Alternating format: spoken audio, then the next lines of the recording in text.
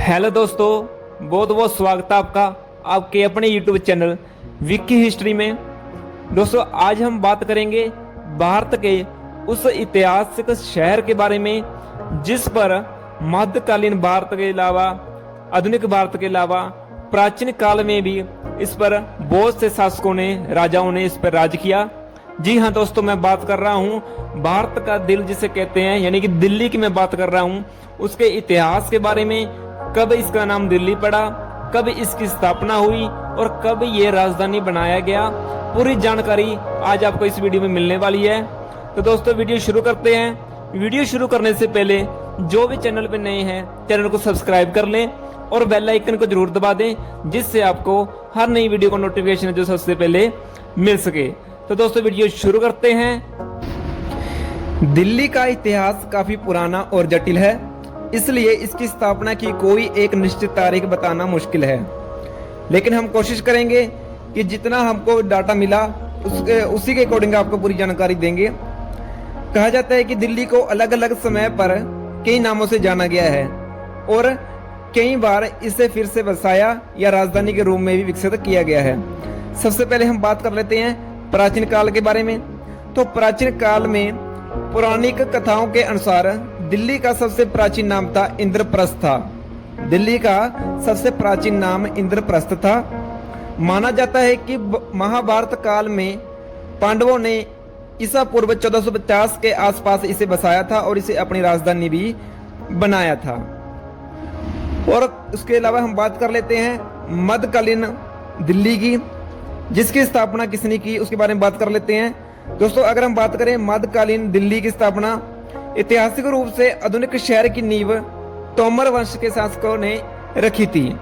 अनंगपाल तोमर, जो तोमर वंश का शासक था, उसको दिल्ली की स्थापना का श्रेय दिया जाता है। उन्होंने 1052 ईस्वी में दिल्लिका या दिल्ली नामक शहर की स्थापना की। पहले दिल्ली का नाम क्या था?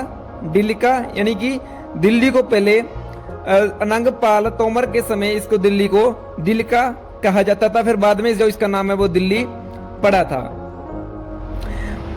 तोमर शासकों के बाद चौहान वंश के शासक पृथ्वीराज चौहान तीसरा ने भी दिल्ली को अपनी राजधानी बनाया था। उसके बाद हम बात कर लेते हैं दिल्ली सल्तनत और मुगल काल के बीच की बात कर लेते हैं। 12वीं शताब्दी के अंत में तुर्क आक्रमणकारी मोहम्मद गोरी द्वारा पृथ्वीराज चौहान को हराने के बाद दिल्ली पर तुर्कों का अधिकार हो गया। इसके बाद दिल्ली सल्तनत है जो वो 1206 से लेके 1526 ईस्वी और फिर मुगल साम्राज्य 1526 से 1857 ईस्वी की राजधानी रही। मुगल बादशाह शाहजहां ने 1638 में पुरानी दिल्ली, जिसको शाहजहानाबाद भी कहा जाता है, उसकी स्थापना की और इसे अपनी राजधानी बनाया था। अगर हम बात करें नई दिल्ली की स्थापना आधुनिक काल की किसने की, तो उसके बारे में बात कर लेते हैं। 1911 में ब्रिटिश शासक के दौरान यह घोषणा की गई कि भारत की राजधानी को कलकत्ता से दिल्ली स्थानांतरित किया जाएगा। 12 दिसंबर 1911 को किंग जॉर्ज पंचम ने नई दिल्ली की नींव रखी। ब्रिटिश वास्तुकार एडविन लुटियंस और हर्बर्ट बेकर को नए शहर को डिजाइन करने का काम सौंपा गया। यानी कि इसके जो डिजाइनर थे, डिजाइन करता थे, वो कौन थे? लुटियंस और बेकर। 13 फरवरी 1931 को नई दिल्ली का आधिकारिक रूप से भारत की राजधानी के रूप में उद्घाटन किया गया था। फिर आता है 15 अगस्त 1947 को आजादी मिलने के बाद नई दिल्ली ही स्वतंत्र भारत की राजधानी बनी रही। यदि आप मध्यकालीन शहर की शुरुआत पूछ रहे हैं, जब दिल्ली को भारत की राजधानी बनाया गया था तो उस समय भारत के वायसराय लॉर्ड हार्डिंग थे। कौन थे ये वायसराय उस समय?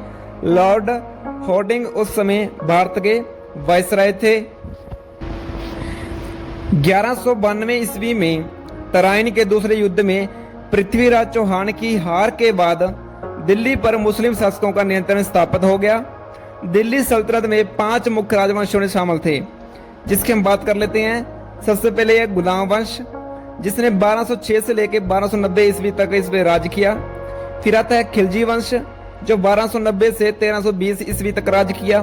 फिर आता है तुगलक वंश, इसने 1320 से लेकर 1414 ईस्वी तक राज किया।